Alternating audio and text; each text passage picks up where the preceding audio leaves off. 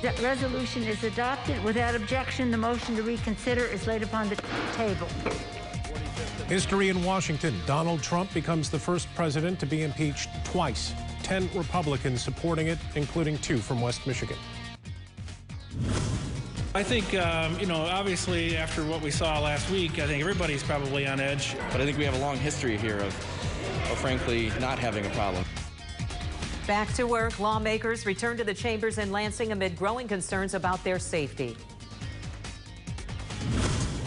Today, we are confident that DHHS can lift some of the protocols that were previously in place. Moving forward, the state today giving the green light to more businesses. We'll break down what's reopening and what's still closed. Good evening, everyone. I'm Brian Sterling. And I'm Susan Shaw. We begin tonight with history in our nation's capital. President Donald Trump impeached again.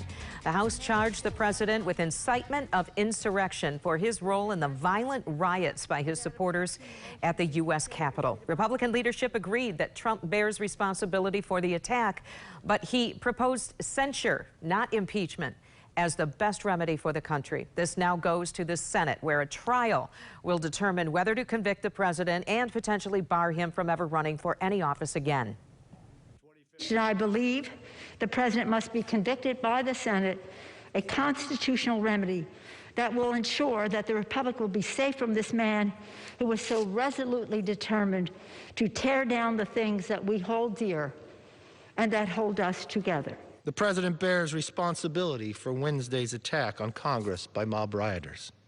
He should have immediately denounced the mob when he saw what was unfolding. These facts require immediate action by President Trump. Accept his share of responsibility, quell the brewing unrest, and ensure President-elect Biden is able to successfully begin his term. 10 Republicans did throw their support behind the impeachment effort today, including 2 from West Michigan, Congressman Fred Upton and Peter Meyer. Bill Huizenga voted against impeachment. News 8 political reporter Rick Alvin spoke with all 3 men. He joins us in studio with what they're saying about today's events. Well, the House debated and voted on impeachment in a single afternoon, and for one West Michigan lawmaker, it was a dramatic moment in what has been a week full of dramatic moments. Republican freshman Peter Meyer told me after the vote what it was like to have this be one of his first in the House. For 2 other Republicans, it was a split decision. I voted to support impeachment. That was, it's the hardest vote of my career. I hope it's the hardest vote of my career going forward. It's not something I did lightly. It's something I frankly have been agonizing over for days. At the end of the day, the articles of impeachment, I couldn't take issue with them. I don't like the process. I don't like the timing. But that to me, that was not sufficient grounds to not support the impeachment. But in general, I said in my statement, this is just a sad day for the country. I did it with a heavy heart. I hope that we can move forward, but in order to move forward, in order to unite, we first must have accountability. The final straw for me was obviously what happened last week. But the president's remarks that his actions were, in his words, totally appropriate.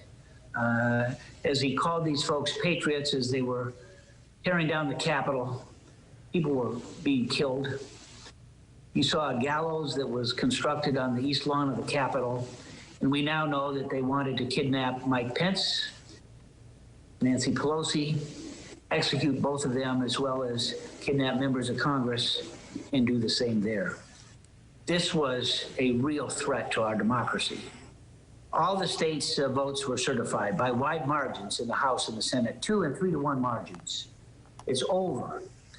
And the president really did, as Liz Cheney said, lit the flame to really see this violence move forward and try to undermine the very bedrock of our democratic institution. Congressman, even as you and I are speaking, the debate about the second impeachment of President Trump is going on the House floor. The outcome of that vote is certain to be that they will vote to send the article impeachment to the Senate. How are you going to vote? I plan to vote no. I believe that for a couple of reasons. One, this process, this being jammed through in the last week with not a single hearing, not a single shred of exploring the evidence of what had gone on. Just a bunch of people who had said, well, we know what he said, so therefore. And if you read through the 4 pages, and it's not very long, the 4 pages of this, there is, it's thin gruel, shall we say, as to the why they're moving ahead with this. And every time that there is a statement pointed out where you could view that as incendiary, there's another one where he's calling for peaceful protest. What we don't know, Rick, is all the details yet, and that's why I think this looks political. And short of declaring war, this is probably the most solemn thing that we can do here in the House of Representatives, and I'm not going to take that lightly. The process now moves to the Senate, where the timing is still somewhat up in the air, and so is the outcome. 16 Republicans would have to vote to convict in order to remove the president. If that happened, it would be the first time in the country's history. Democrats will also push for a provision that would keep President Trump from ever holding office again, though that could only come after a conviction on the article of impeachment. Okay. A lot to be decided. We'll continue to follow it. Rick, thank you very much. You bet.